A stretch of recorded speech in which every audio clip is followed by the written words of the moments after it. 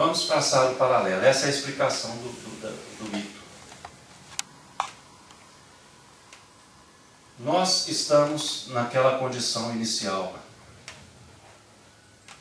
Com a queima dos nossos neurônios, nós seres humanos, que na hora que os nossos neurônios foram queimados, estávamos habitando a matéria, ou seja, nós estávamos dentro da caverna, considerando que a caverna é a nossa matéria, nós ficamos bloqueados dentro dela. O ser humano não faz parte, não tem origem no mundo físico, mas ele se manifesta no mundo físico, ocupando uma matéria física.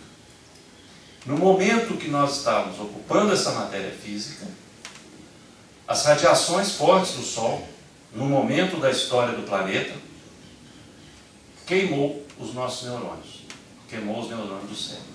É como se tivesse derrubado a caverna, a boca da caverna. Então nós ficamos confinados, presos dentro da nossa própria matéria.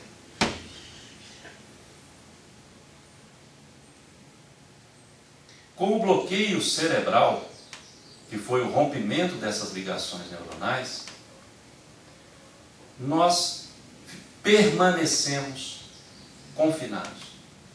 Porque uma coisa é acontecer o fato e numa próxima ocorrência, numa próxima matéria, numa próxima vida, todos os problemas foram resolvidos. Agora eu tenho um cérebro novo, aquilo virou passado.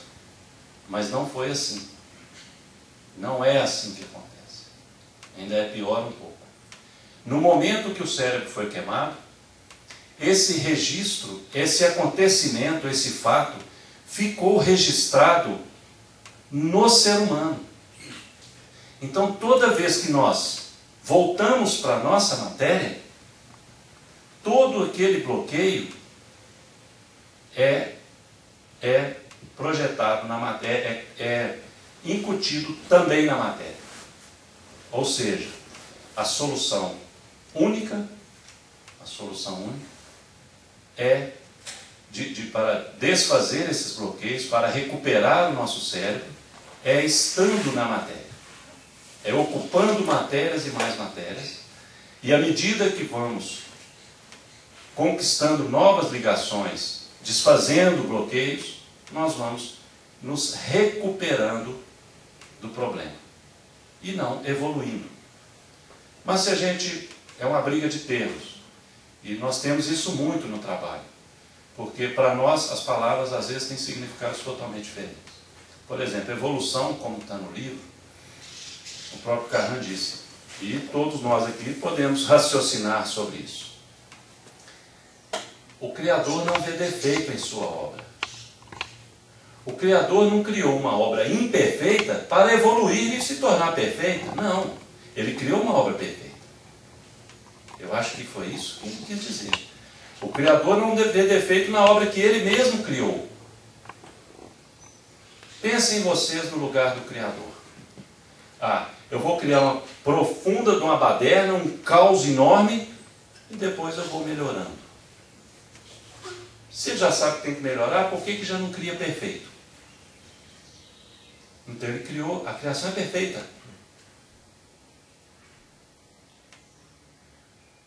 Uma vez perfeita, ela foi abalada em um ponto do universo, em um setor do universo, e com algumas pessoas, com alguns seres humanos, tudo isso dentro da criação. Explosões solares acontecem permanentemente, isso aí está divulgado, a gente ouve, né, vê programas, lê sobre isso, está na ciência. Mas aconteceu um fato aqui, uma coincidência, uma incrível coincidência, e um erro de cálculo. O ser humano erra em qualquer nível, e se enganou. Um erro de cálculo de tempo. Portanto, se nós olharmos do acidente para cá, ou seja, do acidente, do bloqueio para cá, é uma evolução. Essa pessoa que está saindo da caverna, ela evoluiu. Mas a realidade, essa realidade aqui, ela não está só na saída da caverna, ela envolve toda a caverna, ela envolve tudo. A natureza está aqui, a própria caverna faz parte da natureza. Então não existe uma evolução quando se olha mais tempo ainda atrás. nós éramos perfeitos, tivemos um problema na matéria, refletiu e ficou incutido no ser humano também, e estamos nos recuperando. Um tempo muito longo é uma recuperação. Um tempo curto, do acidente para cá, uma evolução.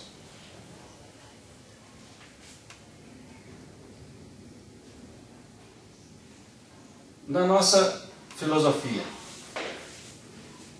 as pessoas bloqueadas, sem acesso ao conhecimento, e se elas ficassem ali, só por conta delas, ficariam muito tempo ali.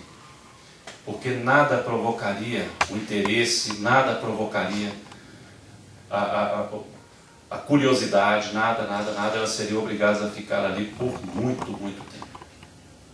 Mas outras pessoas que não passaram pelo acidente, pessoas que estavam sem matéria, por exemplo,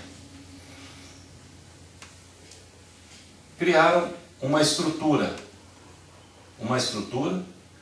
para provocar aquelas pessoas que estão ali quase adormecidas. Essa estrutura, no mito da caverna, é a fogueira, as pessoas vestidas, ele descreve até a roupa que as pessoas se vestem, para que elas não tenham a forma humana perfeitinha, elas põem uns capuz, para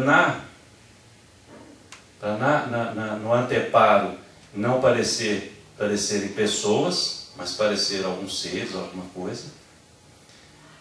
E cria um movimento.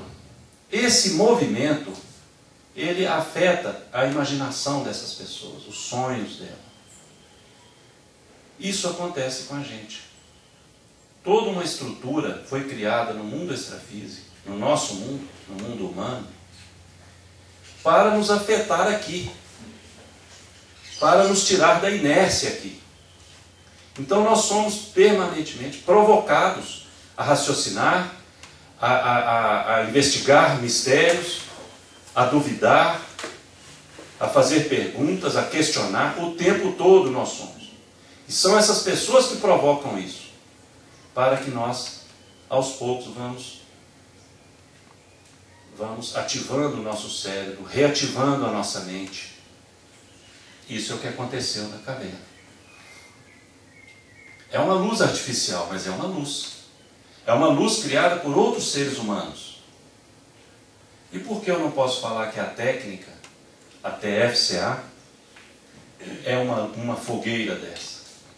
Uma fogueira que foi acesa para iluminar a nossa mente. Eu posso falar isso. É mais um mecanismo de ativação da nossa curiosidade, da nossa imaginação, da nossa criatividade. A saída consciente do corpo físico pode ser comparada à saída da caverna. Pode ser comparada à saída da caverna. Se a caverna é o nosso corpo, quando eu saio, eu me deparo com a realidade. Pois bem, a realidade está no mundo extrafísico. A realidade está no mundo humano. Como Platão disse, aqui nós vivemos o modelo da realidade, uma cópia da realidade. E a palavra que ele usava, um protótipo da realidade. Mas a realidade, onde tudo é gerado, é o mundo extrafísico. Ou o mundo humano. Muitos chamam de mundo espiritual.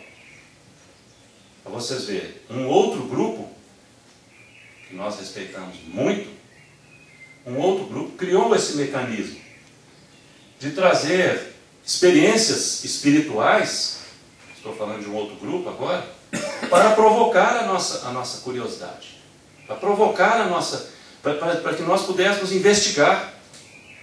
Mas por que isso está sendo materializado na mesa? Cadê o corpo físico que está materializando essa mão?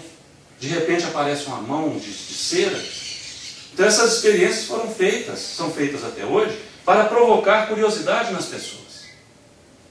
A função das pessoas, dos homens da fogueira.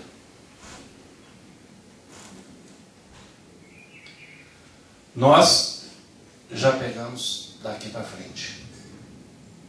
Claro, a intenção é tirar aquelas pessoas lá do fundo. Mas um grande trabalho é feito depois também. Não é simples. Muita gente para aqui na fogueira. Essa é a realidade.